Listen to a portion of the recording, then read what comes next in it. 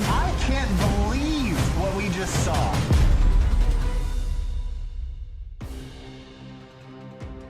The summer months have brought sunshine and warm weather to the west coast of the country. While beaches may be closed, the racetrack is open, at least virtually, in Sonoma, California. Located on Sears Point, this classic American road course has been home to Grand Am, NASCAR, IndyCar, the SCCA, and more. Tonight, it's the DC Region SCCA embarking on the second round of the season, utilizing homologated GT3 machinery. Tonight's event will be two 25-minute sprints, keeping every driver on their toes as they negotiate this challenging 2-mile road course. Up the hill, over the mountain, to the hairpin, pull those belts tight as we tackle Sonoma. Welcome to SimTV and the DC Region SCCA iRacing League. My name is Kyle Heyer, joined tonight by Finian DeCuna and Greg Ginsberg as we begin our second round of the season. Finian, last week, these drivers took on Canadian Tire Motorsports Park in Bowmanville, Ontario for their first round of the season, a 60-minute endurance event. Tonight, two 25-minute sprints and a whole different mindset coming into the night. Yeah, absolutely, especially switching from a more endurance race format, being an hour long, to very much a sprint style format with pretty much half the race distance separated into two separate races.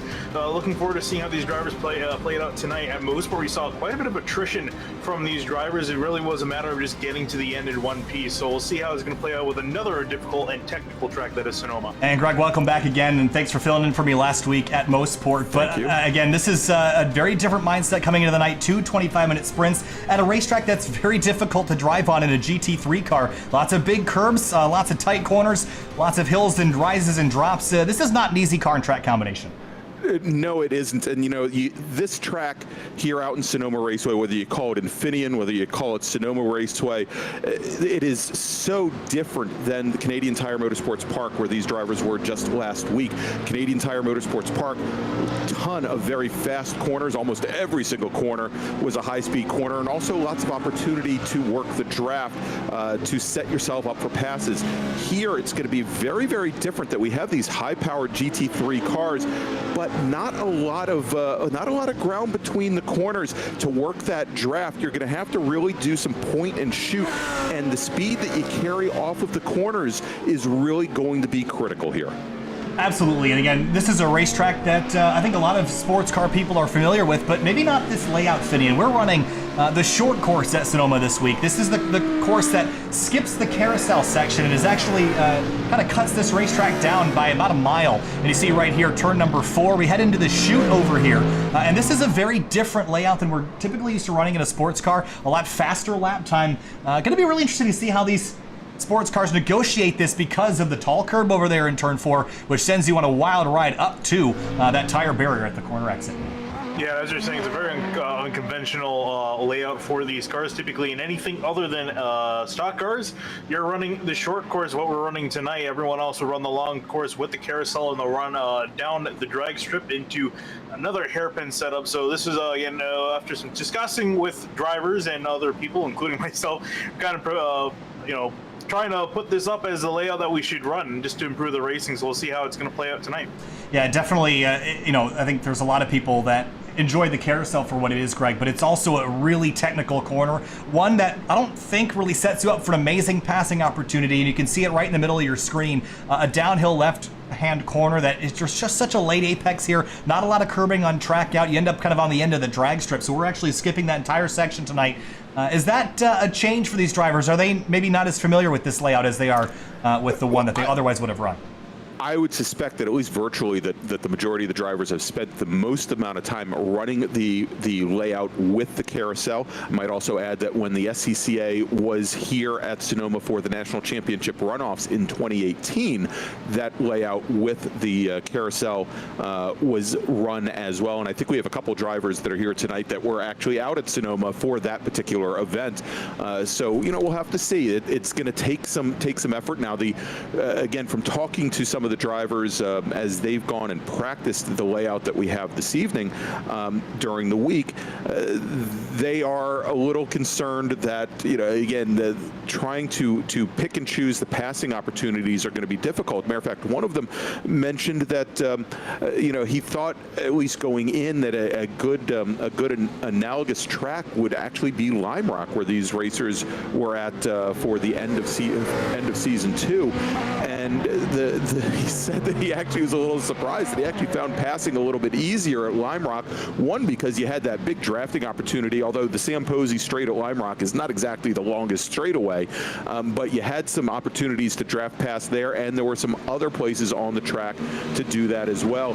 And here, it's more a question of being tidy with the lines, not going over some of the high curbs, and carrying speed out of the corners, because a lot of these corners, they're not very fast turns.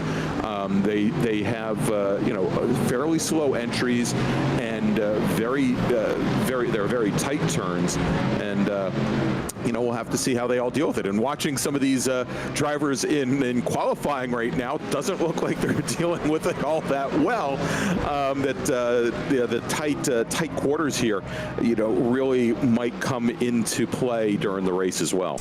For sure. And Finney, this is a layout we continue to talk about, the different version of this racetrack. This is a layout that was run by stock cars. They installed this section in 1998, and they ran it for a little while until they decided to try to improve the racing by going back to the other longer version. So that now the chute in the real world is not used for anything in terms of pro racing. So it's a kind of an underutilized section in my opinion. But we do have qualifying underway. Finney and Thomas Leighton, Christopher Lapras, two drivers that we continue to see at the top of the board. But Leighton this week is in a Ferrari, and we made note at the beginning before we started the broadcast that there's more Ferraris this week than there were last week, and it's still a whole lot of BMW Z4s.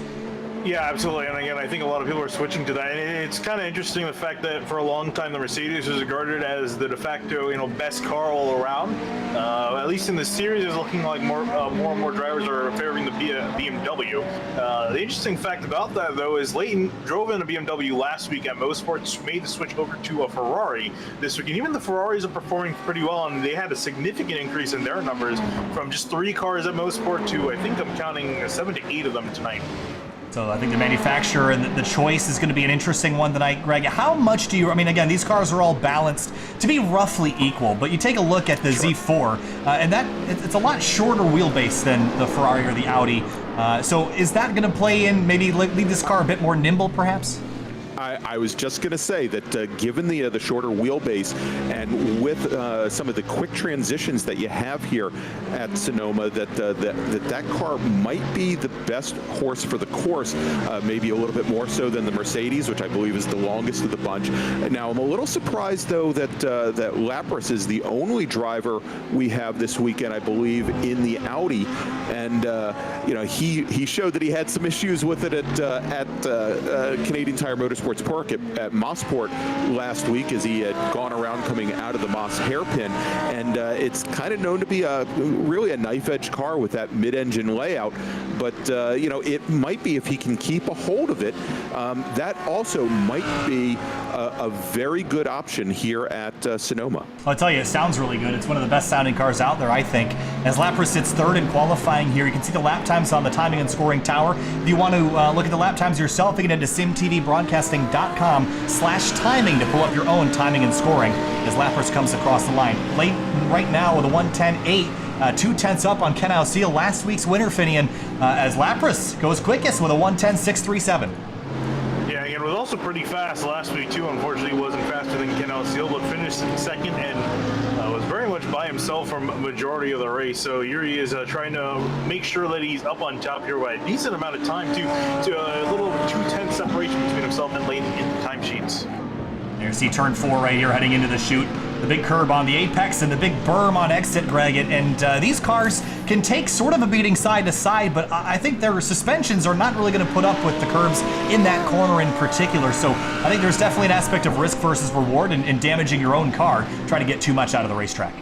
Yeah, absolutely. These cars are very, very stiffly sprung, and you can see that popping over some of those curbs is really going to throw them over. Especially, you saw coming out of turn 4, the way these cars get thrown over, to some extent reminds me of the exit of turn 1 at Watkins Glen. The difference is that wall comes up on you much faster, and that runoff room that you have on the outside there really disappears very quickly. So you're going to have to make sure that you get things kind of squared off as you go over it here, as you see Lapras coming over the outside curbing, and really has to take some evasive action there to keep from clipping the outside of that wall. Who put that wall there? That's the reason why it's there is because it's hard to get a good angle on this, but there's actually a tunnel right beyond that, so they had to narrow the track back down so that they could get past that tunnel without any issues here. Actually, maybe you'll take a look from up above and sort of see that as Lapras comes back through and clobbers a Ferrari, but this is the tunnel that I was talking about. Heads right up underneath the track. That's one way to do it. It kind of reminds me the way it comes in, moves over there, almost like the Green Monster over at Fenway Park.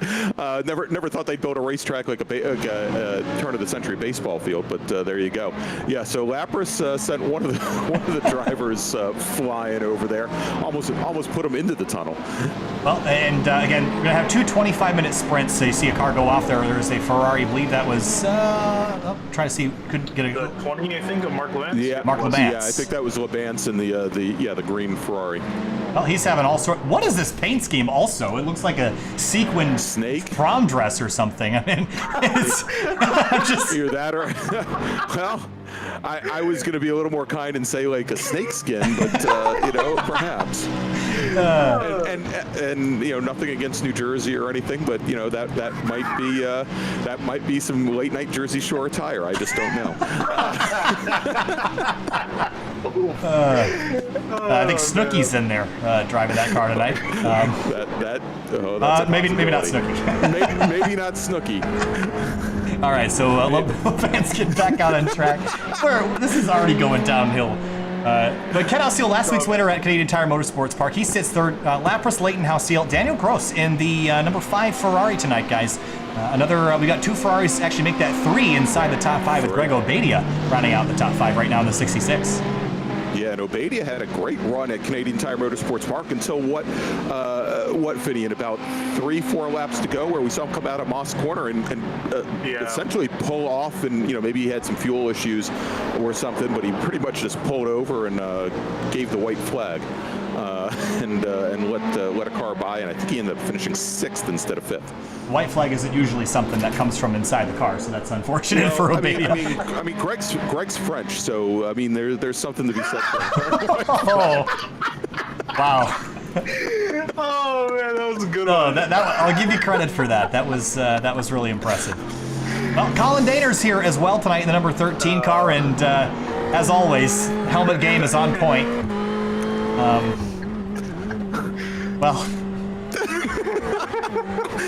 Can we not keep the camera on him on right-hand turns? Because that's really very creepy when he looks over at us. Money shot. Oh my. Well, oh my. Colin's always wanted to try out the different helmet paint schemes. I don't know if you could call this a paint scheme so much as a nighttime horror, but well, he sits 11th right now with a 112 flat as his best time. He's been in quarantine for a while. Maybe you should try and shave the helmet or something. I don't know. Yeah, so Lapras still sitting atop the leaderboard here with looks like a 110.63. That's about 24 hundredths clear of Thomas Leighton currently in his Ferrari. Yes. So I said Lapras. Lapras and Leighton in the the 8 car trailing in second. So again, those two drivers are going to be really impressive tonight, as they always have been. Andrew Kessel, the number 9 Ferrari, is this a driver we have to watch out for perhaps tonight? I don't know. We have to see his performance. I'm trying to see where he finished last week at Mosport. I didn't have the best of runs. Finished 14th. Running a BMW was one of those drivers that made the switch over to a Ferrari. So we'll see if he fares a little bit better. So far, the time sheet's running pretty well. We'll see if this lap is an improvement. Maybe move himself further up than 7th. Khalil Naderbov is another driver in the Z4. I'm just taking a look at a quick glance. I think we have a fairly even split, maybe slightly weighted towards the Beamers, but a lot of BMWs, a lot of Ferraris, only 3 or 4 Mercedes, and then only the one Audi of Christopher Lapras. But Lapras has taken it to the top of the board. So a very on-edge car, as Greg described, Finian, but maybe this is the car to have. Yeah, I think so. I mean, clearly we're seeing a lot of the guys. We're seeing really 2 different styles of cars, essentially. You know, you got the Audi and the Ferrari being the mid-engine layout, and the BMW and the Mercedes being the front engine. Then pretty even split in that regard between them. Obviously, with Lapras being the only Audi out here. I mean, clearly he's doing pretty well up at the timesheets, and I still think he can actually improve. He's not been really lucky with the lap traffic, or not lap traffic, but other drivers. So he's been kind of impeded on his faster laps, but he's still got that lead over Leighton with qualifying ending, and not sure if Leighton's going to be able to improve enough. And riding on board with Lapras as he crests the hill over in turn 3, then down to turn 4, the sharp right-hander. Going to clip the curb on the right, track out over the edge of the berm, and then down into turn number 7 here, Greg. And this is a great passing opportunity if you can get to the inside here. Yeah, exactly, and you have to again get a very good run out of turn 4 so that you can make up that ground. Of course, you know what we're seeing with relative speeds of these cars. I think it's going to be very difficult to get the nose up far enough. At least in these cars, it's just a very quick move from 4 going into that right-hander at turn 5. So it would be a great passing opportunity, but I think the chances of cars actually getting up there and getting in position to do it, very, very slim chances. Great onboard cameras here. Thanks to Finian for setting these up for us as Lapras comes on through. We'll see if it's an improvement this time. His best is a 1:10.6. That's a 1:11.7, a little bit obstructed as we head up the hill into turn number 1 again. And this is a very fast corner. You're actually using the hill, Finian, to slow the car down on top of the brakes. So the braking zone is real short. Makes that kind of a tricky corner to get alongside someone to make it past. Yeah, it really is, and just again, you follow up through turns 3 and 3B, you see right there, and that's another difficult section to be side by side with.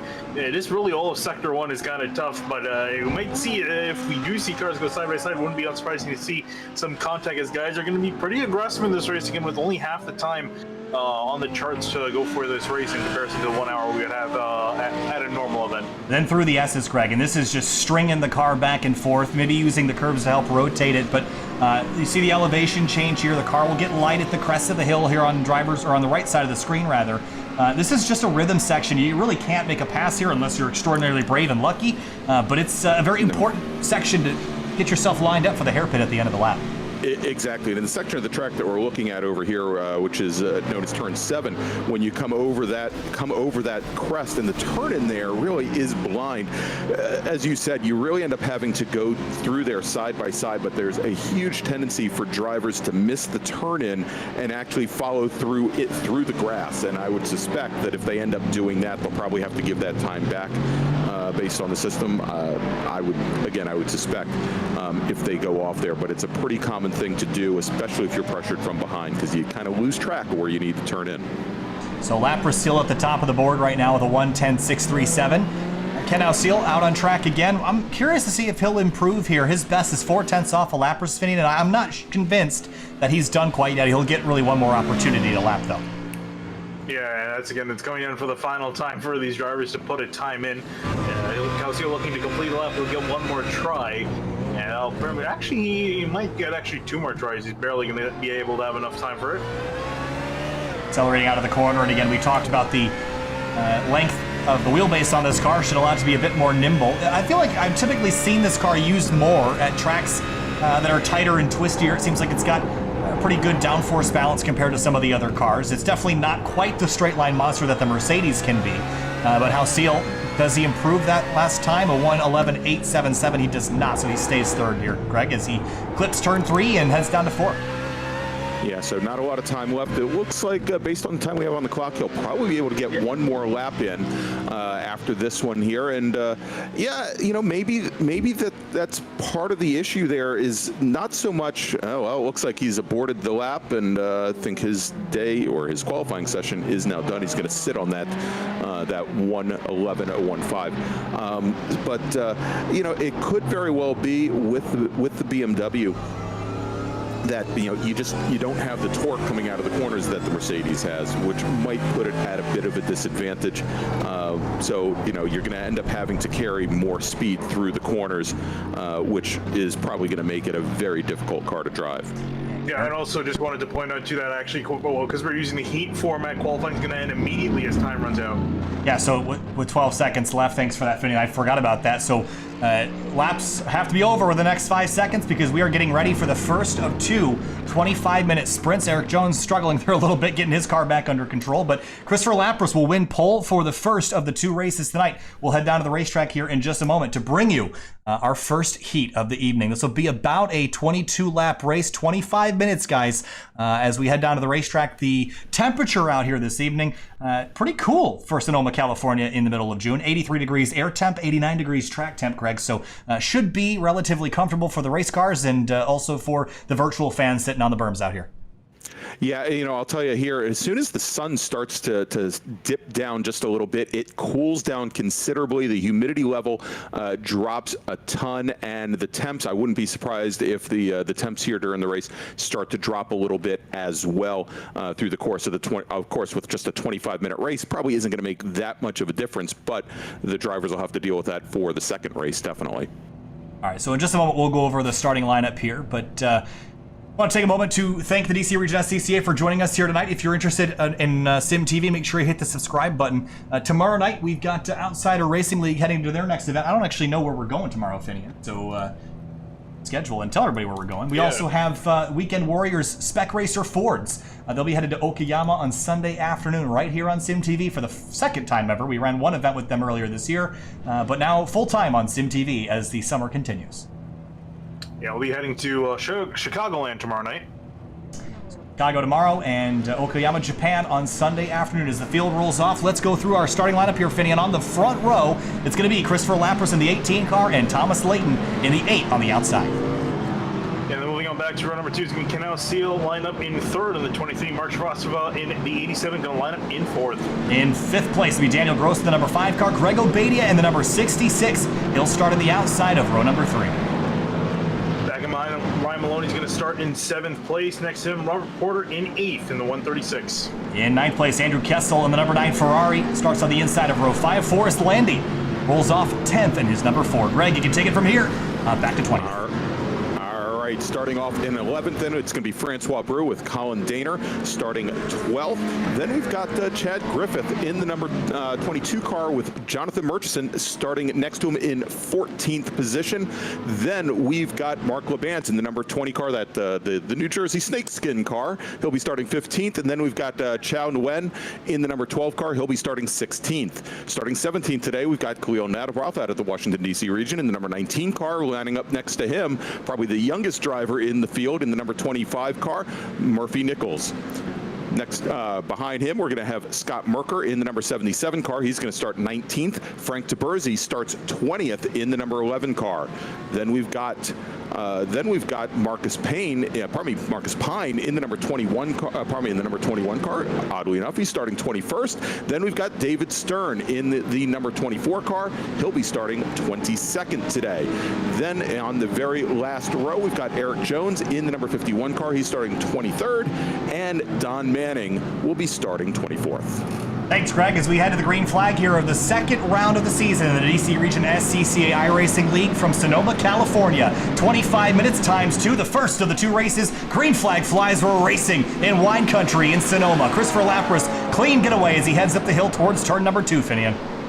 Yeah, that's going to lead to a fairly orderly start as everyone, mostly single file, except for the midfield. You can see them still side by side through turn one, and everyone pinching one another, trying to get themselves in line. An incident down in turn one. Scott Marker in the 77, major damage to his nose, as well as Murphy Nichols. Ken Alseal out of third place. Ken Alseal's gone around at the top with turn number 3, and just like that, a chance to win this race all but dissolves. Just one little mistake, Greg, and we're going to have to take a look at this because this is one of our front runners that was capable of winning this race. Let's see what happened. Yeah, and I think Forrest Landy might have been involved with that as well. No, it looks like he just got off in the grass. I guess not, but then Landy went around also, and maybe just a little bit later. Right there, just gets in the grass, and then you mentioned Forrest Landy in the number 4. He was coming up and just steps out, cold tires on that car. Colin Daner, he's just gone around and got back rolling. He'll drop to 14th, but up front, Lapras and Leighton lead the way at the end of lap number 1. Yeah, these Ferraris really struggling with the cold tires. You've just seen 2 of them spin out already and kind of struggling still to get back going. So Andrew Kessel moves into 6th, Daniel Gross back to 7th, Porter, Brew, Griffith, the rest of your top 10. Griffith has gone wide, we're 3 wide, no, there's more trouble as the 20 car Labance gets tangled with, I believe that is Nguyen in the number 12 car, so those 2 drivers will spin at the exit at turn 11. Yeah, it was pretty much a traffic jam down into the hairpin. Everyone went really wide here. You're going to see there Francois Brew got hit, and everyone got backed up down here. Just trying to get it under acceleration, under power, and just struggling on the cold tires here. So Nguyen gets back rolling. Minimal damage on that car up front, though. Labance has come into the pits, but it's still Lapras and Leighton. But Leighton has not dropped off the tailpipes of this number 18 Audi here, Greg. No, that Ferrari, and it appears to be the only Ferrari that was able to get its tires up to temperature there and hold on to our leader, Christopher Lapras, yes. And so they are now making their way and really separating themselves out from the rest of the field here very early on. Mark Shrivastava sits back in 3rd, another Ferrari. Then it's Obadia. Then Ryan Maloney is the first non-Ferrari that's behind the race leader in the Audi. You see him knock over a cone on the pit entry here. Run a nice-looking livery, but Maloney started in 7th. Hasn't slipped back, hasn't gone forward here, Finian. So we'll see if he can get that BMW power up towards the front. Yeah, I'm sure he's going to do everything he can. He actually is corrected back into 5th, so he's moving up 2 spots, but still trying to move forward, though. Again, a lot of mid-engine cars in front of him. A lot of issues here early in the going. Had a whole bunch of cars drop towards the tail. Ken Alseal, who looped it on lap number 1 out of 3rd place, is back to 17th, Greg, but that's a lot of work he's got to do to even grab a top 10 out of this. Yeah, as we were talking about how difficult it is to affect passes around here, it's going to be a huge challenge for him. Of course, obviously, he had quite a bit more pace than some of the drivers that he's encountering right now, but it's probably not going to take very long before it becomes really an untenable position to try and make his way around. And as you can see here, as he starts to set up the 51 car, heading down into the right-hander here, he's got a huge train of cars right ahead of him, and it's going to be very difficult to make his way through that traffic. And we're gridding up race 2 by the finishing order of race 1, Finian. So where Ken finishes this race is going to be a starting position for the second one. So this is going to carry over. One mistake going to cost him potentially finishes in both races up inside the top 5. So he's got a lot of work to do as the front runners, Lapras and Leighton, come across the line to complete lap number 3. They just have to fight each other right now. Yeah, pretty much. And we're talking about in general with Ken Alseal, he's got a lot of cars to pass, not a whole lot of passing opportunities, and Leighton's going to have to deal with a similar issue here as he's trying to catch back up to Lapras. Was just over a 10th faster last lap, but again, now riding behind Lapras, it's going to be harder and harder to make that pass happen as he's right up stuck in behind him facing some dirty air. And we won't have any pit stops or any sort of fuel mileage issues to deal with tonight either, Greg. I know that was a big concern last week, was how far you can go on fuel. Not going to be a factor this week as we'll finish long before fuel becomes an issue. Exactly, and last weekend, and I think most of the drivers found they were able to actually eke out an entire race on a single tank. But as you mentioned, here with these 25-minute races, not going to be an issue at all. What's going to be an issue is how the drivers possibly overwork their tires as they try to make some of these passes work.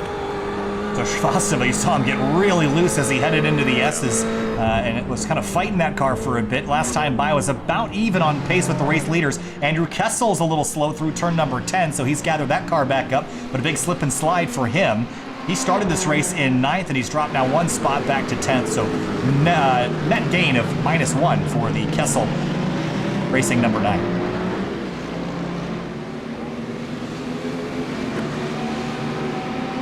Frank Taberzi's got Ken Alseal behind him, so 2 of these white BMWs running nose to tail as they climb the hill. And I think for now, Ken's going to grab a couple spots here and there. You see Tori's is actually to pull over here, Fenny, but it's only going to get harder as you get closer to the front. Yeah, as we're looking at, Ken was moving up from 17, now currently up into 13, so he's been making some pretty decent work. But again, as you were saying, since we're sitting the starting order of race 2 by the finishing order of this race number 1, it's still going to be quite a bit of work cut out for him. I mean, even if he breaks inside the top 10, it's still not going to be as good as he would have hoped for, especially for trying to get a race win. Definitely still within the realm of possibility, but he's really got to push now. Eric Jones, he's got Daniel Gross behind him in the number 5 Ferrari, real tight into the braking zone for the hairpin. That's a pretty good place. Look at the 5 climbing the berm there on the inside of the corner there, Greg. If you do that too much, you'll get yourself a cut course penalty. Yeah, I was going to say you either get a cut course penalty or you're going to actually end up doing some damage to the underside of the car there, which might make it even a little bit more untenable for him. And he just was a little he was running out of ground, and probably should have gotten on the brakes a little bit sooner there, and really just didn't have anywhere to put the car. He was very liberal with track limits in that corner. I'll say that. Yes. House Heels worked his way back up into 12th position, so trying to see how far he can climb up the order. Again, he started in P3, so he's got still a lot of work left to do. Up at the front, Lapras has maintained a 1-second gap over Thomas Leighton, stretched it by half a second last time by, though. Fitting, do we think that Leighton's got late race pace that he's just saving tire for, or do you think it's Lapras just pulling away on his own pace? I mean, it could be that. He could be trying to back himself out of the dirtier, making himself use less tire, trying to keep up in the tire tracks of Lapras. So this could be strategic, or we could be seeing just Lapras now really putting the pedal to the metal and just stepping away from Leighton. So I have to see here, really. I mean, we're running out of time. I mean, we're only a few minutes into this race, but it's getting shorter and shorter. So I have to see maybe 10 minutes from now how they line up. Greg Ovadia hitting Greg pit lane. Ovadia throwing the white flag, yeah. There it is. I wonder if this is maybe a penalty for one thing or another, but he'll head down pit lane and we'll see what happens to him. In the background, I do see a couple cars side by side. David Stern and Frank Taberzi into the braking zone as Colin Daner is side by side with Kessel as they head up to turn 2. This is really dicey. Whoa, big slide over to driver's left for Kessel, but somehow they don't come together. Yeah, and you can see both of them tapping on the brakes, trying to figure out which one was going to take the point there. I don't think either one of them actually wanted to get in front of the other, and it almost ended up in tears for both of them. Well, he's focusing really hard right now as he looks out the visor, and he's got a group of cars in front of him, Kessel, Griffith, and Murchison we all see in that group ahead. Francois Brou is the red car on the far right of your screen pulling away, but this 4-car fight is for 6th spot on track. Now you thread the needle here. This is just such a rhythm section that if you make one little mistake, it's going to cost you 3 or 4 tenths. Look at Daner getting everything he can on the curbs, and these curbs are they're tall, but they're sloped up enough here, Greg, that you can do them. You can run on them without really tearing up your car too much. Yeah, exactly. It's not really until you get over top of them. Of course, we saw the curbing down at the hairpin is very different, and the curbing at the apex of turn 4 very much doesn't have that gentle slope that a lot of the other curbing here does. But you were talking about the rhythm section through the S's there, and it's really a very difficult piece because most of those corners, the radius starts to decrease as you go from corner to corner, and as you seem to pick up speed through them, it becomes more difficult to actually continue on with your path. So gentle and smooth application of the throttle is really very critical through there. Well, Finian House Heels climbed up to 11th. He's got that 5-car fight for 6th right in front of him here. So now it's a question of how much do you push the issue here? Is it worth trying to drive through these guys as fast as possible, or are you going to take your time here? I mean, at this point, you might as well try to push as much as possible and try to get all these spots. I definitely think he's got the pace. Again, it's going to be pretty hard to pass considering there's not a whole lot of opportunities. But, I mean, Ken's been getting it done so far, but it's going to be really tough to do. He's got a decent amount of time. He's got 15 minutes to get it done. This is more or less, I think, the highest he'll get after this group. Right up on the back tailpipes of Robert Porter and the very similar BMW Z4 to the inside, and Porter will stay driver's left and give House Heel a good line. Then it's Chad Griffith, the next car on the chopping block. Then Colin Daner, Kessel, and Murchison. The next cars in that fight, Greg. Yeah, that might be one of the easiest passes through the hairpin that Ken Halseal is going to get through the end of the race here. The driver really made it. That was Robert Porter, really made it pretty easy for him. Would have come right underneath. But you can see here Halseal's got another 5 cars or so right in front of him that he's going to have to work over. Yeah, you saw how close Kessel got to the back of Murchison through turn number 2. They climb over the crest into 3 and then run down to turn number 4. Big apex curve here that sends the cars flying if you clip too much of it, then run out all the way to the wall. And Halseal now sets up another pass on Chad Griffith here. If he has a run into 7, he might wait and make a pass down in the hairpin here. But now he's got to sit behind Griffith all the way through the S's. These guys have to be careful here the way that they're battling. They're all so close together, especially the Ferrari and BMW up in front, Kessel and Murchison going at it. If they get together, there's not going to be really many places to go. And here we go. See side by side through the S's of all places. Well, it's not what I'd recommend. Not a place that I would have expected Halseal to put the nose in, but it all came out fine. But you'll notice as he did it there, definitely going to be a little bit more difficult as he comes down to the hairpin. But oh, what a late breaking move there by Halseal. He sent that from about 3 car lengths back, but made it stick. So he'll move his way up on inside the top 10 now to 9th place as Kessel and Murchison now run side by side up the hill through turn 1. You see him back out there letting Kessel on through, but not enough. Daner almost looked like he would have had a shot with the BMW. Going to back it out single file through turn 1. Now a dogfight as they head into turns 2 and 3. And Daner's right on the tailpipes of Murchison. They're going to crest the hill in 3, and Halseal now sets aside on both of them. We see some damage on the back of the white Ferrari, so he's had a bit of a run-in with someone earlier tonight. Misses the apex slightly in 4 and will leave him under attack from Halseal into 7. You see him look right. Again, he's going to sit on it. Doesn't think he can complete the pass there safely. So I'm wondering now as they come through the S's, we saw Halseal set up a pass halfway through the S's, really showed the nose, and I think had really unsettled the driver ahead of him. Now the question is whether or not Colin Daner might try to actually defend a little bit coming down into the hairpin, because the last 2 laps, Halseal's been able to sneak by under late braking into the hairpin, and yeah, you can see now that Daner actually puts the car just a little bit to the inside to make things difficult on Halseal. Oh, wow. Man. Big dive, and that was a great job by Daner to get the car slowed, and good job by Murchison. There was actually a touch there, but Murchison just had it controlled enough that he wasn't out of control when he got the slight tap. So they'll continue to battle, slam the door on him as they head through turn 1. That was a disaster averted there as Halseal goes way driver's right up into 2. Daner is hitting the brakes up into the corner, and Halseal went wide almost into the grass, so I had to back off severely to make sure that he kept the car on the track. And actually, these guys closing up ahead on Kessel and Brew. Brew's actually really slowing off the pace. Well, here comes Daner. Serving a penalty. Yeah, maybe a slowdown there. Daner took a look. Oh, big curb jump for Murchison. That's really awkward. You're going to slam the splitter down there and potentially damage your car. You see there's already damage on the nose of that BMW, so whether that's from car contact or from a curb strike, certainly can't be helping. But this is a great battle here. As you mentioned, up to as high as 5th with Kessel leading the train. Yeah, Brew really struggling in that Mercedes. Was running really well. Was running in 5th, but in behind side by side with Daner and Halseal. Going to try to move again. Looks like he might be successful. Not done yet. There's still side by side up into the hairpin. And look at Griffith trying to follow Halseal right on through.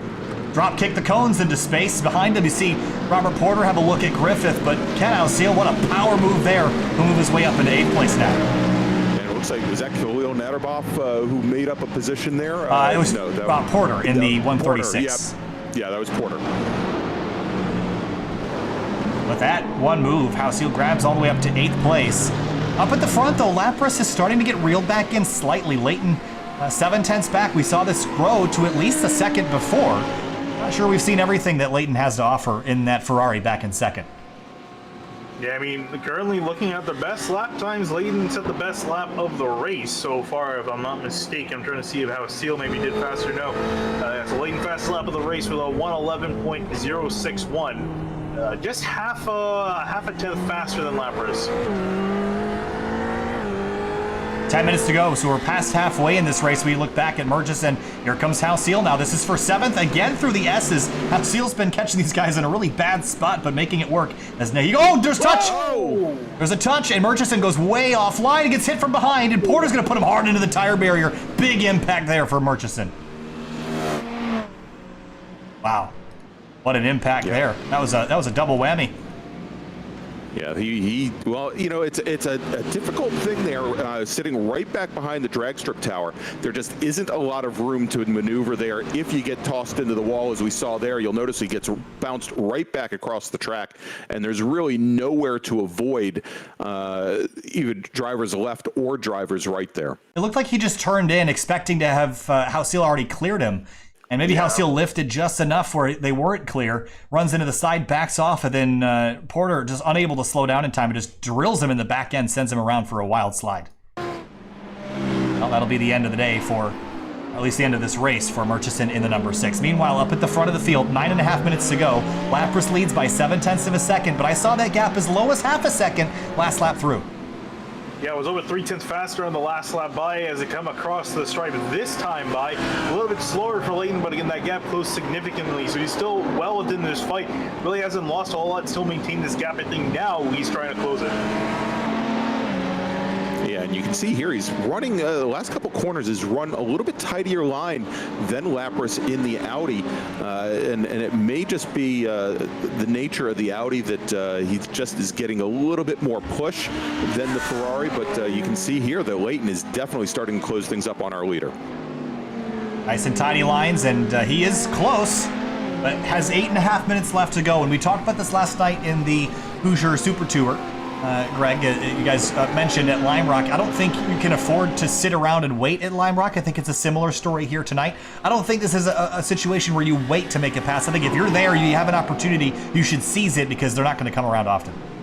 Yeah, without a doubt. I mean, we're seeing that with Ken Hausiel. He's certainly, of course, he's in a little bit different position right now, I think, than Thomas Leighton. But you can see as Leighton is able to start moving up, you have to wonder as he gets onto the rear of Christopher Lapras, what effect the dirty air on the front of Leighton's Ferrari has, and whether or not the front end of that car starts to wash out a little bit. And that might be why we see him dropping back periodically. Another look at Hausiel, having a look at Francois Brou. Was a little bit tight on the rear bumper into 10, so got some aero wash, sends a cone flying over the pit wall, but sets him up. He should have a run on him this lap. We'll see if he can get there as we check briefly back in on our race leaders as they head through the chute in turn 4. Oh, and Leighton taking a decent amount of curve. He's usually been avoiding those, but now he's taking a big chunk out, trying to close this gap back to Leighton. And you don't have to look too terribly far back. Mark Sharosova in third is also starting to close in on our leaders as well. Look at Francois Brou. He's got a rear mirror full of this number 23 BMW Performance Parts car. Closing into turn 4. And I imagine we'll see Ken have a run into 7. He's got a great run here. He's going to look to the inside, and Brou's going to leave him space, and Ken's going to dive up the inside. Get the car woed on down, and he's through into 6th. Beautiful pass. That was textbook.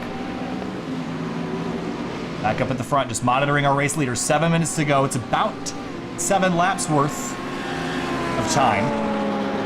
Make that 6. And I mentioned that Leighton has been, Greg mentioned that Leighton's been very neat and tidy. And Finney, you mentioned that he took a big chunk of curb. Well, think of your car's suspension and bodywork as a non-renewable resource. You can use it up, but you can't repair it in the middle of this race. So if you haven't used it, now is the time to use it. Slam those curbs and gain what you can here and there, because you get a brand new car for race number 2, so you might as well use up what you got and gain a 10th here and there.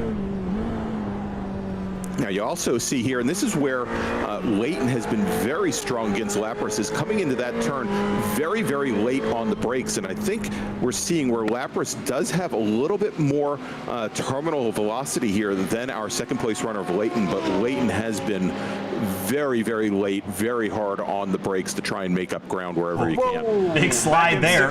Yeah, and you can see there where it almost bit him. Well, you know, I think you have to drive these cars on a little bit of a slide to get all the speed out of them. But Lapras, you see the little squirt of speed that he gets on corner exit. It's really usually the most efficient way to get around a racetrack here, Finian. But at a track with not as many straights and a lot more corners, I don't think being super good on the brakes is a bad thing. I mean, you're compromising your exit slightly, but I don't think that, corner exit is quite as important at a track like this where there's not as much straight. Yeah, pretty much you hit the nail on the head. Yeah, that's what the saying that you're looking for. I was trying to make sure I was saying it right, the team wrong. But yeah, because if you prioritize the entry, you're gonna, I think, reap a lot more benefits, as you're saying, just not that much incentive to get a good corner exit. Maybe out of a turn, like the hairpin, or even here out of turn 7. But other than that, I think it's really important to just try to charge the corner. We're also approaching the lap car. It's Don Manning ahead of our leaders. All right, as they come down the S's, let's see what Lapras has to do as they now come up on that drag strip tower and start to head down towards the final hairpin. Ooh. Manning moves over to driver's right, and Lapras charges in a little bit too deep, though. Kind of missed the early apex. He'll tuck it in late and still save the corner, but Leighton was able to close slightly through that encounter. So 4.5 minutes left to go as they come across the line. Lapras so far has led every single one of our laps but one. So Lapras has been really impressive. Actually, no, he's led all laps so far. I was gonna say, I think he was in the lead from turn 1 on. Yeah, and we're on lap 18. He has led 17. So with Leighton charging behind him, see if he can hang on. Lost a lot of time through turn 3. Yeah, I was just gonna say, as you come over the crest of the hill at turn 2 and then start making your way through turn 3, that's where Leighton appears to lose a little bit of ground. And again, coming in here is where he starts to make up a little bit of it, but he doesn't seem to have the straight line speed of the Audi. Well, here's Ken Ausiel again, continuing his charge back forward. If he could grab a top 5 after the start that he had, that would certainly be a really good way to start race 2. Right in the back of Andrew Kessel, big jump over the curb on the berm, right up against the wall on corner exit, and he's here now. He'll have a pass attempt maybe by turn 11 if he keeps it neat and tidy. Yeah, they also got a lap car ahead of them. That's Scott Merker in the 77 BMW. So, and this is probably one of the worst places to catch a lap car, because there's really nothing you can do. Well, it's up to Kessel now to figure out how to get around him, and I think Ausiel's going to take advantage of that. That Kessel's the one that's going to have to make the decision. Now they have a run into 11, but you see Merker hold up Kessel just the slightest bit. Now the run into turn 11. Kessel goes for a big dive up the inside, and Ausiel will follow through. I was a little bit surprised we didn't see Ausiel offset and try to take advantage of that, but maybe doesn't want to throw away everything right here. Yeah, I think it was the late move to the inside by the back marker that maybe threw up the caution for Ken Ausiel, that he kind of held off there, because the move really disappeared, and the only possibility he really would have had was to go around the outside.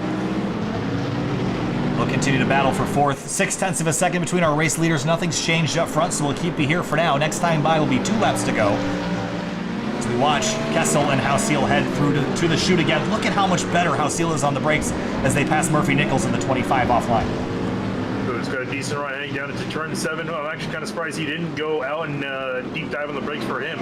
We saw him do in the past to quite big success, but was going to follow through the S's. Maybe try to pull side by side. We've worked 2 out of 3 times.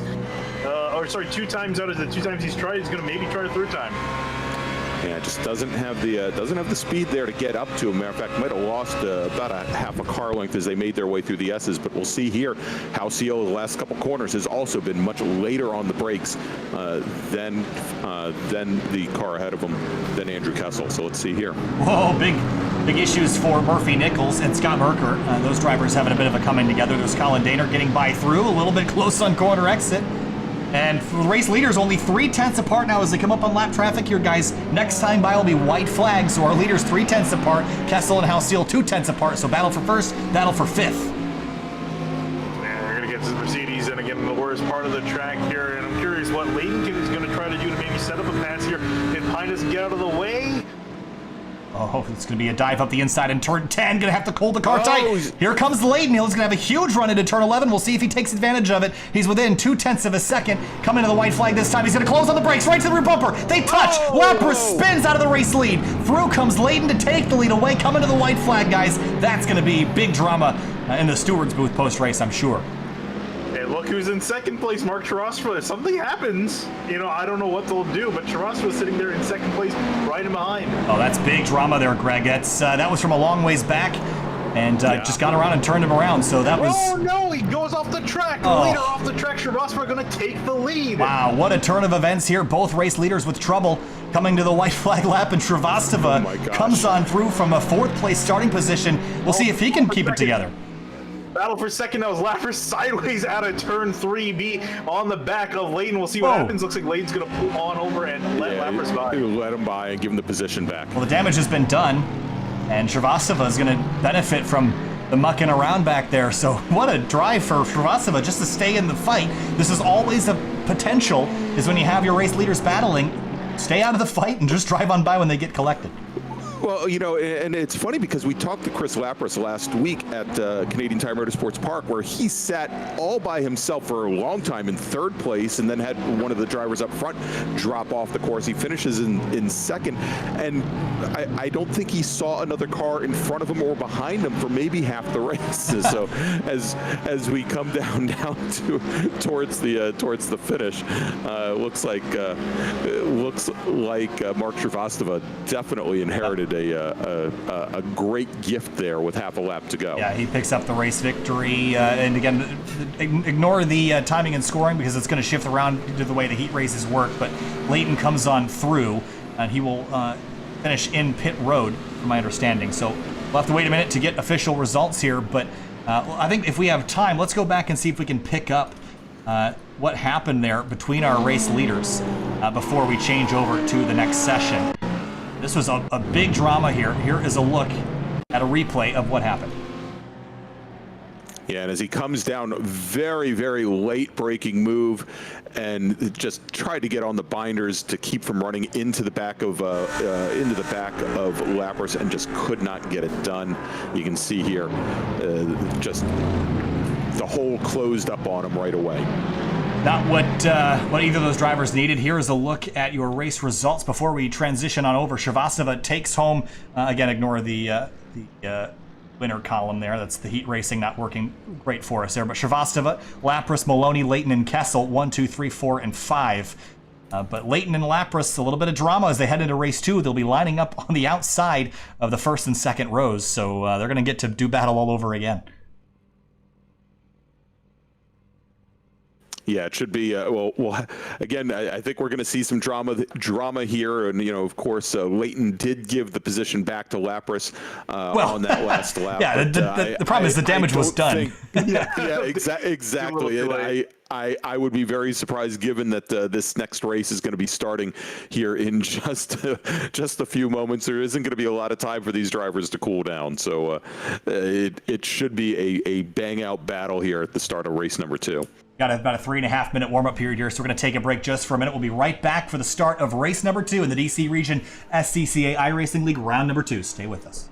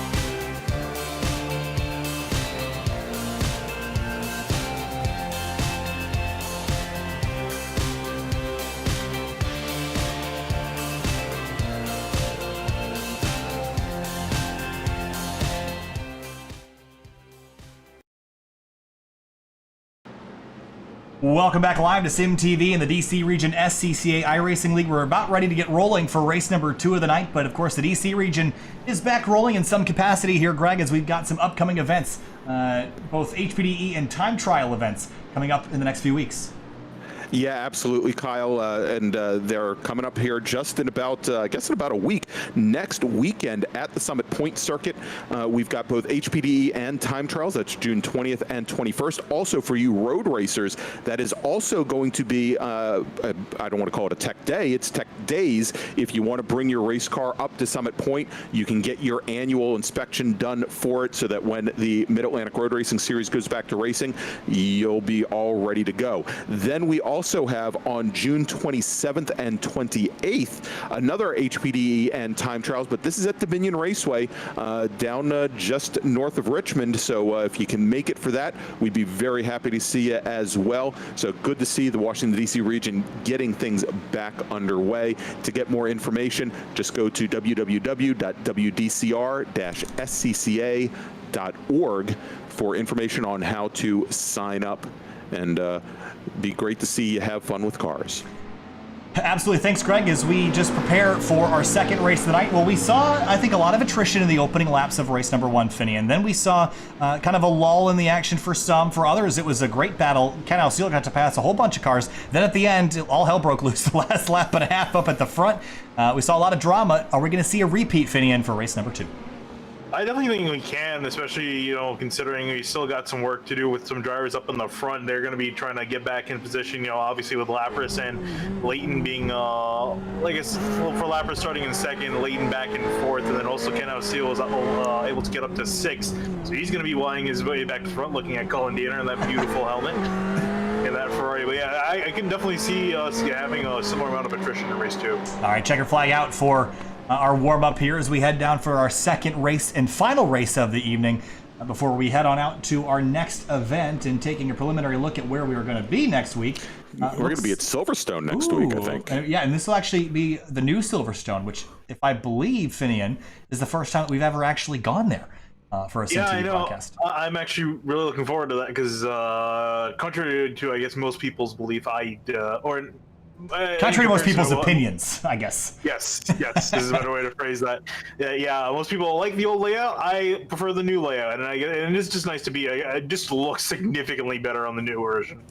And it's a trip across the pond there, and upcoming on the schedule.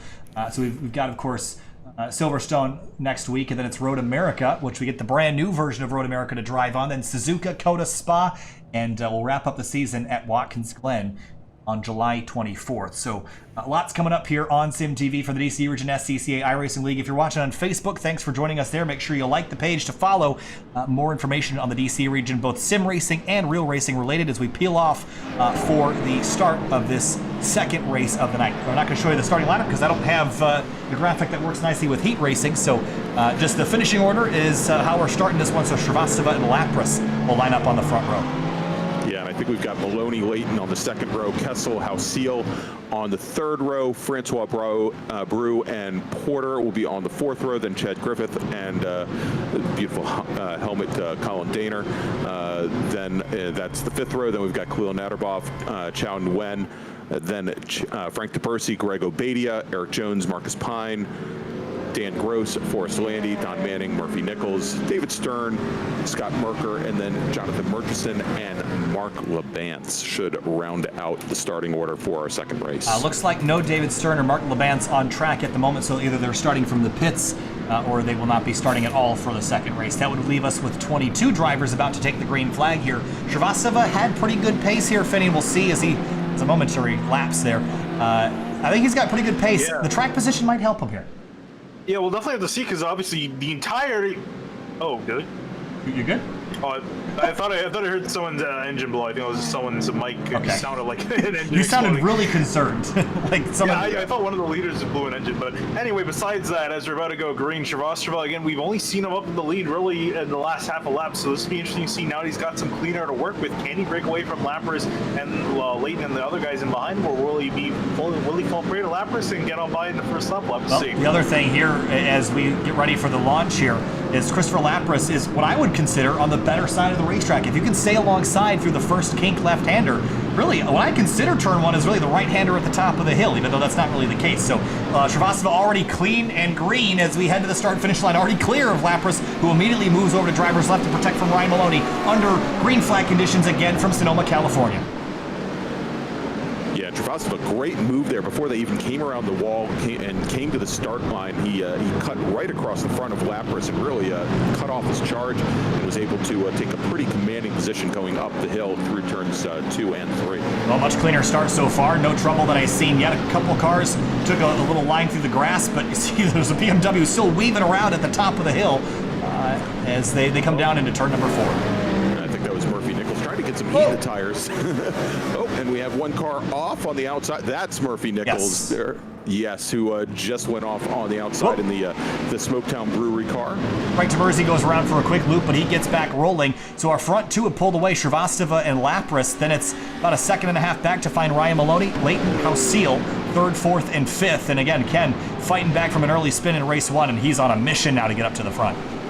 Yeah, he's essentially continuing where he left off with his climb back up through the order now. It's going to be a lot tougher. He's essentially with the front runners, and they're not going to let him by on easy, as he had some easy time getting on by some of the back markers and the midfield drivers, but now he's really going to have to fight tooth and nail for every spot. Up the hill to start lap number 2, and Lapras really fast right now. Was about a 0.5 seconds off of Shrivastava's time, and that's basically the difference you're seeing now. But once Lapras gets up to speed, I'm really curious to see where he stands compared to Shrivastava. We didn't see these guys get to go head-to-head in the first race of the night. No, and as we saw at the end of the last race, as Shrivastava was starting to close up both on Lapras and Leighton, you have to start to wonder if maybe the battling between those 2 drivers at the front of the field might have played a little bit of a part into that, or if we're actually seeing that true speed from Mark Shrivastava. And as he has clean air here, it does have cars. As we have a number of cars go off there at the hairpin. Murchison and Merker, the 2 cars that I see right out of the gate that have gone around for a loop. Let's go back. This was a pretty high-speed slip up here. Car that went wide. I think, was that Madden maybe that originally went wide, and then they could come down into 7. They just squeezed each other here, guys. Yeah, they just got together. Murchison kind of, it was more on him. He just kind of put that Scott Merker into the wall there. He had nowhere for him to go. Yeah, you can see he kept drifting over drivers left, and there just wasn't any room for that other driver to go. I think maybe he was just trying to force the clear, but wasn't quite there. Meanwhile, Shrivastava still has Lapras to deal with 0.2 seconds. I am sensing a very entertaining battle between these 2. Look at the sun in the driver's eyes as they crest turn 3. Lapras lost a lot of time sitting behind turn 3A and B. He lost about 2.5 tenths. He's trying to bring that back up on Shrivastava. And I'm curious to see, Mark has not been too aggressive in that 87 car. He's been seeming to be more calm and collected. We'll see if that kind of prevails here as Lapras is trying to charge to get past him as soon as possible. Great view over the shoulder here of Lapras. You can watch him at work, kind of sawing at this wheel. Greg, you mentioned this Audi can be sort of on edge. You have to have a very delicate hand here, but Lapras is doing such a good job trailing in behind Shrivastava. Big slide! Oh, there he goes! Huge crash in turn 10. And he drops a wheel on the outside coming out of the last section of the S's there, and that was all she wrote as the rear end just came around, and he ends up sliding, as you can see, right into the back of the drag strip tower. That is such a shame. Was up inside the top 5 all night long, and just one little slip up right there just grabs that's just a vicious impact. One little slip, that's all it takes. Yeah, and he got off throttle around there knowing that he was going to run wide, but, that corner we were talking about earlier, once you go through it, you're committed no matter what you do on exit. Unfortunately, was not able to do anything to correct that, and he's going to end his night early. Well, that totally changes how this race looks. Shrivastava's now got 1.8 seconds back to Thomas Leighton in the number 8, and then look who's sitting 3rd, Greg Kessel. He's coming quick. Yeah, he's definitely coming, and there's a bit of a gap between first and second and third. So Hauseal definitely, and we talked that there isn't much of a draft here at Sonoma, but he definitely doesn't have the liberty of that draft right now as they come through the S's. He's just going to have to be that much cleaner than Thomas Leighton. And as we look here, the very last lap, Leighton was almost a 0.5 second faster than Ken Hauseal. See what they've got up their sleeve here as we work our way into the first. We've only been racing for 5 minutes in the second race. It feels like we've been in line for an hour as we come around the corner to complete our 4th lap. And Shrivastava now has a 1.6 second lead, and I'm really curious to see if he can continue to expand this. But that time through, Leighton 0.3 up. So I think this 8 car is going to be a factor before too long, Finian. Yeah, absolutely. And Hausiel is second fastest of our top three, Shrivastava being the slowest, but not that much different than Ken Hausiel and Shrivastava's time, only 0.04 of a second separating them. So, I definitely think they're all going to kind of converge on one another, and then we'll have to see if Shrivastava's going to be able to hold off the pressure, because we saw Lapras was putting quite a bit on him, but just kept calm and didn't make a mistake. Lapras did. We'll see if the same thing happens with Leighton. Now we get to see Ferrari versus Ferrari here. Ooh, big slide. And Leighton's been kind of hanging that rear end out through the S's all night long, Greg, but, it only takes one little slip, as we saw with Christopher Lapras. One little slip up. And this Ferrari, it doesn't respond quite as well to the turn-in. It seems like it's a little bit understeery by default, so you have to kind of tweak that out. And Leighton seems like he's done that, but he's kind of getting a snap oversteer moment through the middle of the corner. Yeah, and the end of the last race, we had commented on how he looked much cleaner than Lapras and was hitting all of his marks, and it looks markedly different here at the start of this race. He's running a little bit more free and with maybe a little bit more abandon here as he makes his way through. Wanted to point everything outside. You see this dark line here. Everything outside of it, all the marbles that have accumulated and collected, those are definitely something you want to keep an eye out for if you're going to get a little bit offline, even here in turn 3. You get your tires in those marbles, you will go for a slide. You look down even into turn 4 and on the exit of turn 4 on the runoff area. You get those marbles on your tires, and you're going to feel a lot of that slippery surface. This racetrack, even when it's cool, is still not very grippy. Track temp only 87 degrees, but it's not known for being a super sticky surface. So I definitely make sure that I'm on the rubber and on line, because if you miss it by an inch or a foot, it's going to be a mile that you slide off track. Shrivastava continues to lead now, 1.1 seconds. It is coming down, that race lead, as another cone gets drop kicked into oblivion. Oh, very poor entry for Shrivastava. I would say this is like an autocross, because every single lap I seem to see those cones get put back up again. Well, we're probably giving Tom O'Gorman nightmares. He's actually watching from a Walmart parking lot near the Peru Pro Solo event right now, so hi, Tom. He's watching from inside a camper, so he's probably having nightmares of those cones going flying. But thanks, Tom, for tuning in tonight. 17 minutes to go as Leighton now closes in within a second of leader Mark Shrivastava. Yeah, and you'll see here that that Ken Hausiel still not making up any ground on our leaders. He's definitely faster than Shrivastava is at this point, but he's still about 0.2 of a second off of Thomas Leighton's pace. Yeah, remember, he can only qualify up into third place for the start of race 1. Leighton started in second ahead of him, so Leighton in qualifying at least the faster car, and I think he's even shown it in the race too that he's the faster of the two between the 8 and the 23. Nice run through the S's for Leighton. Again, we talked about this being a rhythm section, and he just seems to have strung that together so beautifully. Shrivastava, not bad, but just kind of sort of lacked the overall pace through that section. Another cone gets drop kicked as we head into 11. We've someone's got to get a baseball counter and start counting how many times we knock those things off. I was just about to say that. Start ticking up every lap pretty much. Well, at least it's not a drinking game, otherwise I'd probably be out for the night. Head up the hill now for lap number 7. Make that 8 as we head up towards turn 2. Bit of a slide out to driver's right for Leighton, a bit clumsy up the hill, and we'll lose time on corner exit. Yeah, that. Sorry, go ahead. Oh, okay. I was gonna say you can see him kind of facing that arrow wash from these, right? And I think this is the same thing that was happening with when he was in behind Lapras. He was able to close up to under half a second, but that extra half a second is so hard to deal with. I'm sort of keeping an eye on Ken Hausiel, because Greg, you mentioned that he wasn't making up any time on Leighton, but he is making a lot of time up on Shrivastava, 0.3 that lap. And if Leighton sits behind Shrivastava for too much longer, it's going to be a 3-horse race.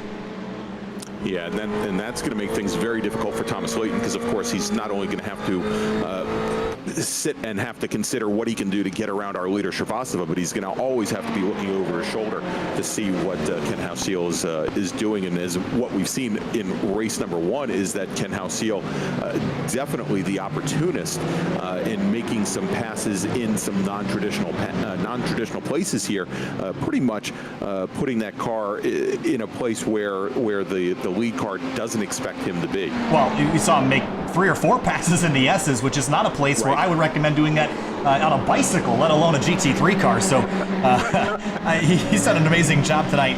He still got a little bit of time to close up onto the race leaders as they now continue their battle through turn 3. Now 10 minutes into this race, 15 to go. Yeah, Leighton, I think, is going to have to try. I think his best shot is going to be really just trying to outbreak Shrivastava. I don't think he's going to be able to pass, through the S's or the corner like we saw Alcil. And speaking of which, you can see him closing it even more as he's Leighton very deep on the brakes. Well, and that's what we saw the last race against Lapras, that Leighton was definitely the king of the late breakers until he ended up being the king of the two late breakers going into the hairpin. So it's an exclusive club for those. Race leader.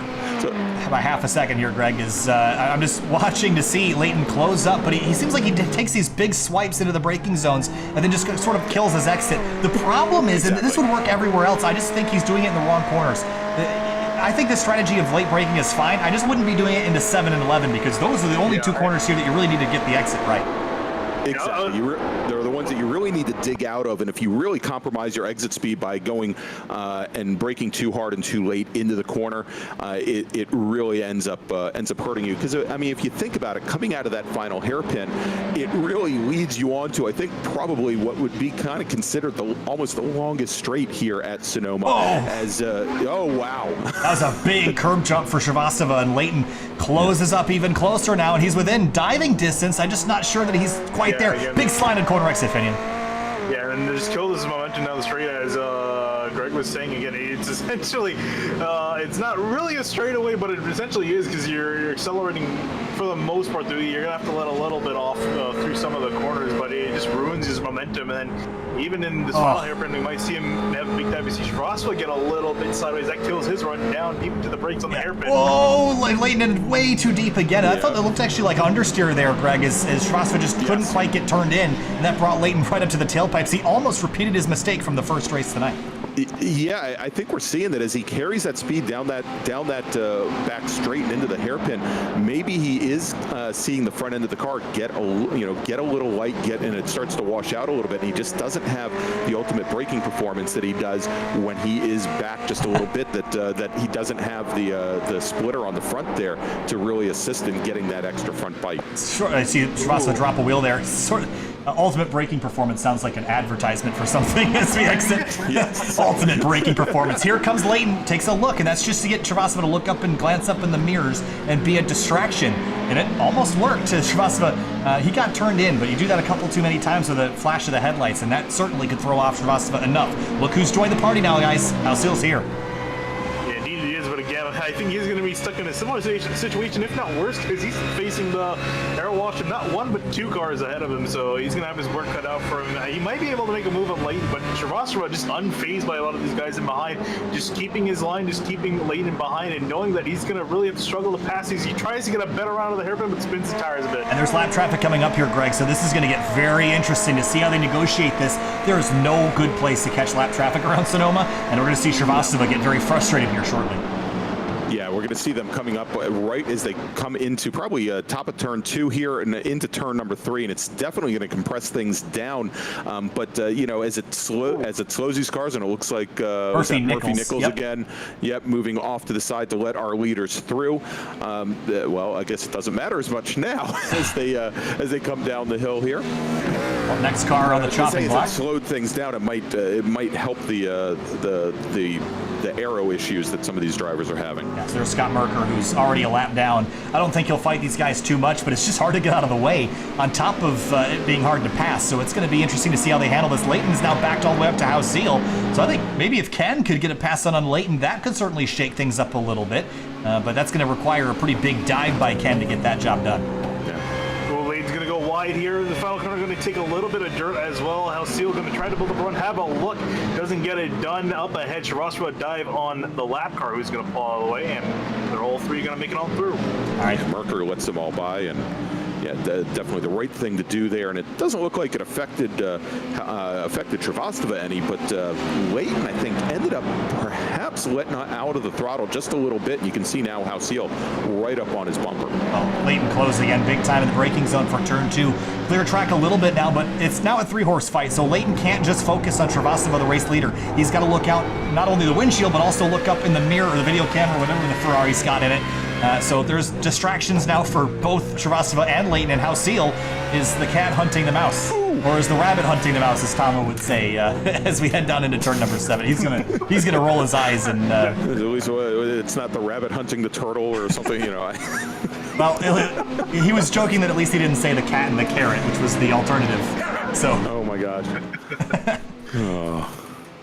All right, so 9.5 minutes to go here, Greg. Is 3 cars, all for the race lead. No one else is going to join this fight unless they take each other out, but I don't think we can rule that out as a possibility. Yeah, I think we've been there before. Because Andrew Kessel, who's currently running 4th, he is now almost 7 seconds off of our lead triplet here as they make their way through. You can see here he's been dealing with a little bit of traffic.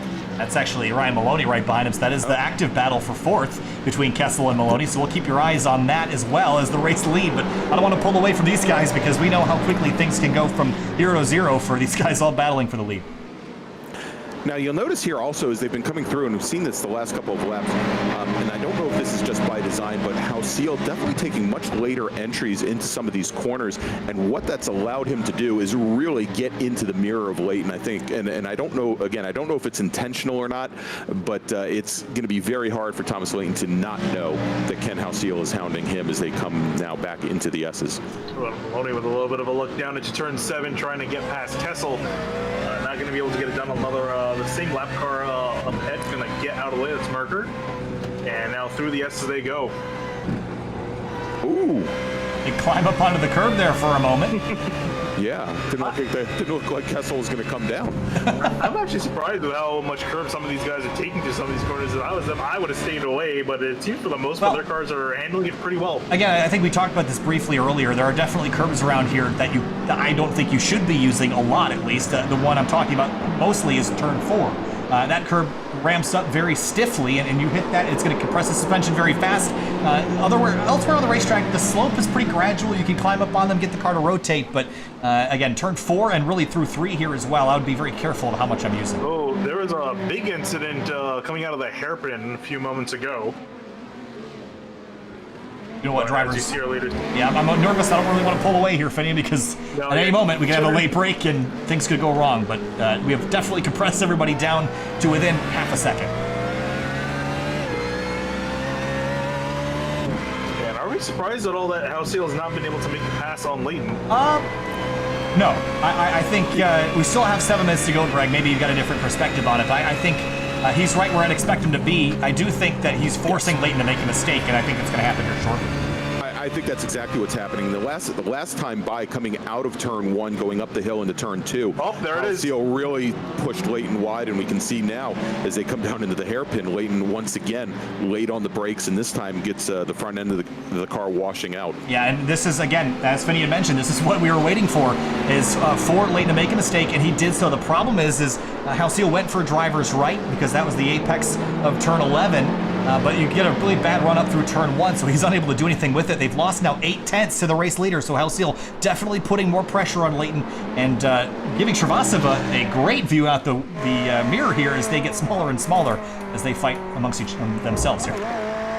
Now you'll notice also that Shrivastava continues to run wide on the exit of 3B, dropping wheels, and I'd also be watching to see, because that may turn into misery for him as this race goes on. He continues to get out onto the marbles there, and we'll have to keep watching that. This is the battle again for 4th place. Andrew Kessel in the number 9, and Ryan Maloney in the yellow and blue number 15. These two have also been sort of in lockstep. Bit of a mistake there for Kessel, drops a wheel there and sets up for 10. Maloney, big understeer there, couldn't get the car rotated in. You got to really flick the car in to get it to turn, and Maloney just missed it by an inch. Even to the hairpin for these drivers. Looking back up ahead, I heard Ken Hausiel yell something over the radio. He lost some time, it seems. Yeah, 1:12.6, that was about a second off. Maybe it was the lap car that was perhaps a problem, but look at Leighton closing right back up to Shrivastava. So now with Hausiel dispatched briefly, that's allowed Leighton to focus forward again, and you see he's closed the gap. So Hausiel's distraction cost Leighton time, and as soon as the distraction's gone, Leighton's right back on it. Yeah, and I'm curious if, since Leighton's got a little bit of a gap between himself and now Silly has a little bit of room to work with, just focusing on Shrivastava, and maybe he can try to get that pass done. If he doesn't get it done now, I don't think he's going to get done the rest of the race, as we got just over 5 minutes left in this race. Clock is ticking here, Greg. 5 minutes left. Leighton waited till the last, really, the white flag lap, essentially, and made a mistake. So he's made the mistake once. Is he going to be maybe a little gun-shy here on the second attempt because he's already made a mistake once? Well, you know, I don't know if he will, because we've seen him make the same lurch down into the hairpin here multiple times so far this race, and each and every time he's had issues with understeer and with, you know, and pushing wide through that corner. So he's attempted to make that pass, I think now 4 different times over the course of the race, and you know, if he waits until the very last lap, it just probably isn't going to work out for him. It's Francois Brou making a mistake down there into turn 11, and he'll have to let Greg Obadia on through. So the Frenchman trading positions. Move Brou back to 7th place. So Leighton now 4/10 back. Oh, Shrivastava charged that entry a little bit, but he's been, you see drivers getting braver and braver with that corner exit here, the exit of 4. And it's rare. Every time I see that wall, I'm just shocked that we don't tear up more race cars on it, Greg, because you get so close to it, and it seems like drivers aren't even that concerned about running that close. No, and I'll tell you, the camera view that we keep seeing, which is over on to driver's right of the center line of the windshield, so you don't really get an idea of how close the left-hand side of the car really is to that wall. Every single time we watch it, I get the feeling that we're going to end up slapping it and going around. So I'm sure it doesn't look that close to Mark Shrivastava, or maybe it actually does, and he just keeps lucking out. I don't know. Well, I can tell you that Shrivastava has found some pace. Last time by was a 1:11.4. That was 3/10 better than Leighton. Pretty much on pace with Ken Seal, but we're down to the final 3 laps of this one. And Shrivastava is looking as strong as ever, and Leighton has not been able to consistently stay on the bumper of that lead Ferrari. So Finian, I'm not sure that Leighton's got a whole lot for him. No, and I think at this point, especially because we've seen how aggressively he's been driving in behind, and that's kind of the worst thing you can do, you know, when you're stuck facing with aero wash. I think Ken had a better strategy of it, prioritizing exit more to, you know, get a better run out of the corner when you're stuck in behind, losing that down. To see Maloney and Kessel now fighting. Oh, a car going flying into the tire barriers out of turn 3. That was lap car Don Manning that went around for a loop. I see, but yeah, no, and Leighton actually, he's starting to really lose some time as they go through the S's. I think his tires are effectively spent after pushing too hard earlier in the race. I guess that's a concern, Greg, also, is we haven't really talked about tire wear at all, because in a 25-minute race, you wouldn't think it would matter, but the way that they've been driving, how aggressively he's been chucking it into the corners and leaning on the ABS, that puts a lot of stress on the tire carcass and heating them up. Maybe not wearing them per se, but getting them hot is certainly a concern as we continue to watch this battle for 4th. Yeah, absolutely. It certainly can affect the ultimate grip that the tires have, and as you can continue to heat even the tires up and the wheels up, it can affect the braking temperatures as well. So definitely can be an issue there. As we see here, Maloney getting right up to the side of Andrew Kessel, coming across the start-finish line, but just can't do anything with it. And we've seen this before. If you're trapped to the outside, kind of hard to get in position as they come up the hill into turn 2. Right on the tailpipes now. They've been in lockstep like this for basically the last 15 minutes. I don't really foresee this getting anywhere unless Kessel makes a mistake. And Kessel's been sort of on it here, but a slight miscalculation on corner exit's going to bring Maloney right here. I think Ryan could just drive in there and get the car slowed down, lean on that ABS, maybe crank it back in the car a little bit to help him slow down. But for now, you see him trying to get a late apex in 7. Helped him there a little bit. He's going to have a run, but in a bad place. Yeah, again, that's the problem with trying to, you know, prioritize the late apexes. I mean, you're going to lose in conventional to most tracks, you know, that lead onto a straightaway like that. This track, you get maybe just a little bit of a straight and then a turn, so it doesn't really help you a whole lot. Yeah, all it does is it ends up leading you right back into the next apex, and you end up having to check up again. Ooh. That was a little close. We saw that same maneuver take out one of our race leaders the last time, or at least earlier in this race. So they'll continue their battle for 4th as we look way back up the road to find our race leader, Mark Shrivastava. It's 0.4 of a second, make it 0.5 now. White flag is out. It's the final lap for the race leaders. See if Leighton's got trouble right in front of him. Up ahead of him, yeah. 2 cars right off. ahead of our leaders. Taberzi is one of them. The other car couldn't quite see, but trouble for them there. But that's going to bring Leighton right to the rear bumper again, and he's going to have one last look into turn number 11. He's made a mistake once. We'll see if he does it again, or if he can get by cleanly this time. And it looks like Seal is just a little bit too far back to force the matter and make it a three-car battle here. And that's going to give Tom Leighton pretty much free reign, but he's a little far back as they finish up the S's here and head down into the hairpin. And it's going to be a late break attempt if he's going to do anything here at the hairpin. Yeah, I don't think he's going to get there. Chucks it down in, but Mark Shrivastava, well, race one came in as a bit of a surprise with some drama in the closing laps, but no surprise this time. Shrivastava holds him off. He'll pick up a checkered flag in race number 2 and sweep California weekend at Sonoma. Leighton comes home in second, Seal third, Kessel and Maloney all the way back to the checkers.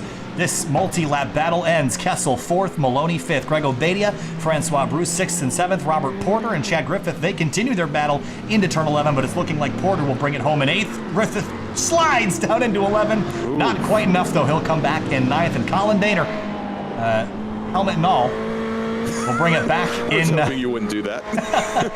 I was hoping he'll bring it back in 10th place in his number 13.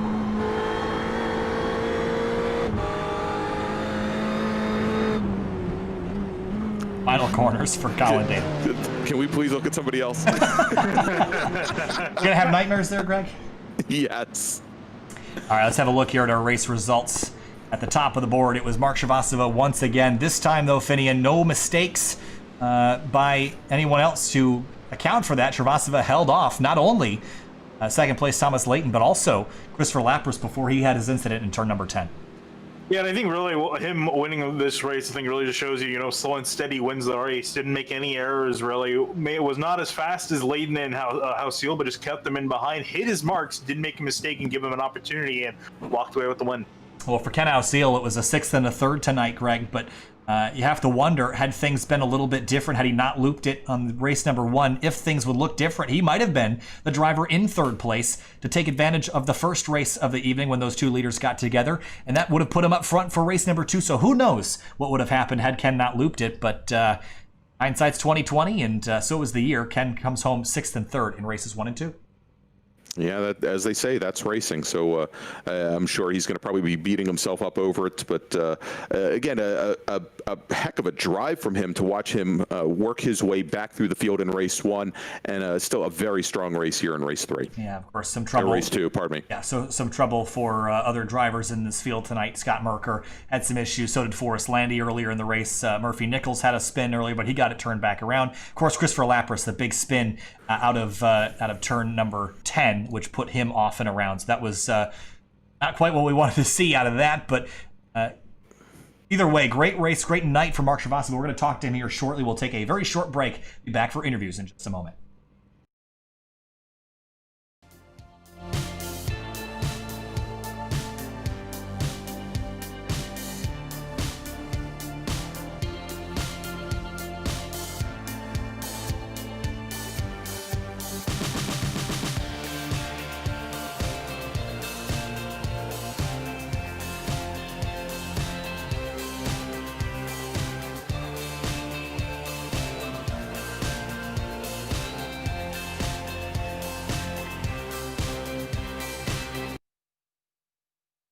Welcome back live to Sim TV and the Washington, D.C. region SCCA iRacing League round number 2 of the 2020 summer season, running the homologated GT3 cars. It was Mark Shrivastava that took home both race wins tonight. Race number 2, it was starting up front, staying up front, Mark, but race number 1, that's the drama that we all want to hear about as the two race leaders got together. What was going on in your mind when you saw those two cars tangled and got to drive right by? Honestly, race 1, I was happy to just stay in 3rd. I was actually watching 4th place more than I was watching 2nd and 1st. I did not have the pace to keep up with Tom and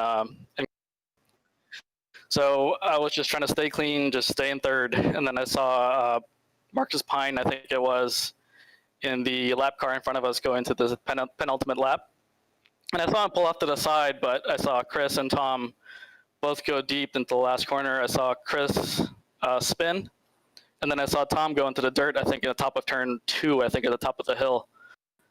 And then I noticed it was the white flag, so I guess I just got lucky. It seemed like tonight, when we were watching that end battle there, maybe perhaps Leighton had burned up his tires a little bit. What was your experience like tonight with the tire temperature, the tire wear? Was that a concern at all as you fought for the lead? I feel like the pace between the first lap out and the last lap was probably only about a half a second difference. So I don't think the tire wear was too much of a concern. The car felt the same to me throughout the race. What I did notice that Tom was very fast and very late in the brakes into the last corner, into the hairpin. So I think that could have been a factor of why they came together in race one. Well, a swept weekend for Mark Shrivastava. Mark, thanks so much for talking to us. Greg, you got anything? Finney, you got anything for Mark?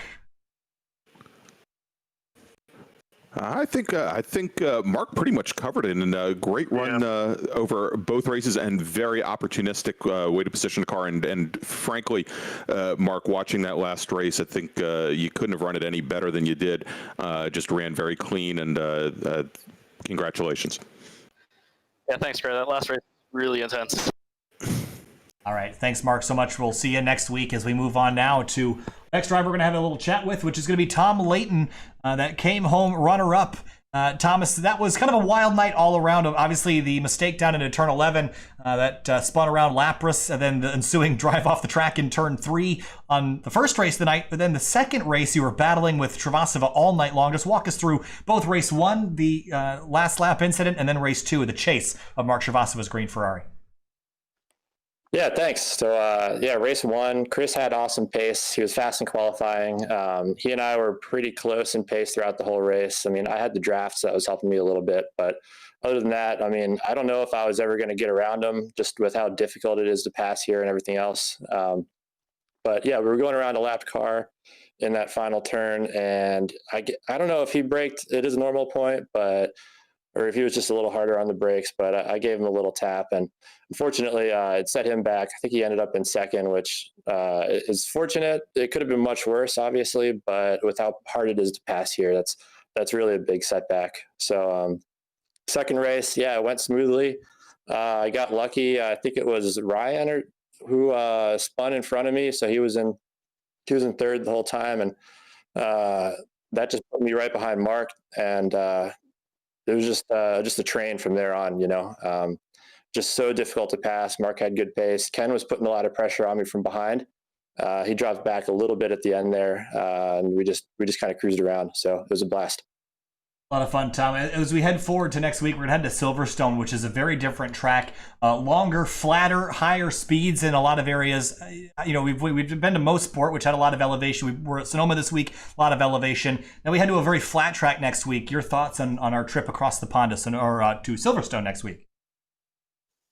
I think Silverstone should be a lot of fun. I find these flat tracks a little bit harder just because it's a little bit harder to see in the sim what's going on. I love these tracks with lots of hills and other things, but it'll be nice to be at like a proper F1 circuit where there's better places for passing and braking, long straights, things like that. I think the race will play out a lot different than it will tonight, and it should be some good racing. All right. Hey, Thomas, thanks so much for joining us here tonight. Good luck to you next week at Silverstone. All right, moving on now to Ken Alseal, who finished in third in race number 2. And Ken, the chase ensued as soon as you looped it around in race 1. A mistake there that might have changed the course of the night for you, but a valiant effort to claw your way back forward. Had to be at least fun passing cars tonight. Talk to us about your climb back forward. Yeah, I knew the guys that qualified ahead of me were both, I'll say, faster than me this week. I don't know, the magical speed.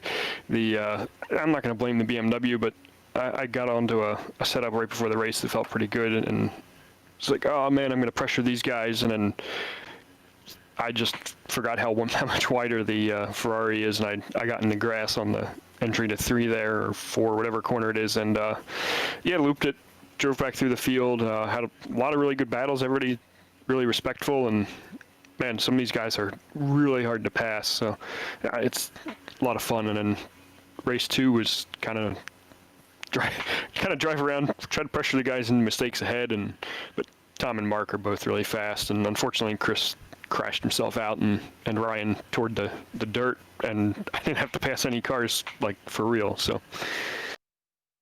Well, obviously, tonight, again, I mentioned a really good effort clawing your way back forward, and I talked to Tom about the trip next week to Silverstone circuit, a very different track than what we've seen so far.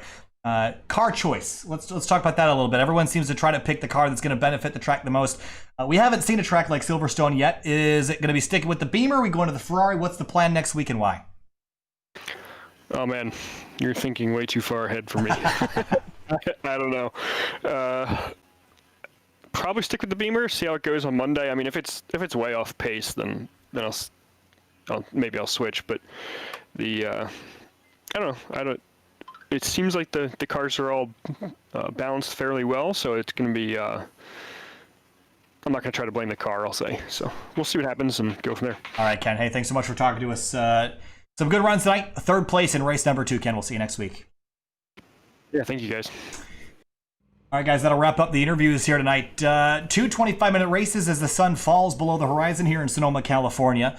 Some drama tonight up at the front and all around, but we had, as we mentioned, a Silverstone next week, Greg. Very different circuit across the country, or across the world, I should say, as we head to Silverstone. Very different layout, very different track, different racing, or more of the same?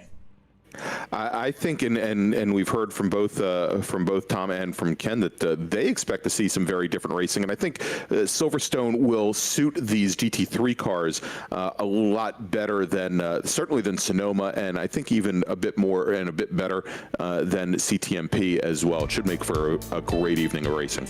And Finian, your thoughts as we leave Sonoma and head across the world. Your thoughts on Sonoma and this layout of this racetrack? As you know, I was pretty impressed with what we saw tonight. Obviously, still difficult to pass, but still some pretty good racing up.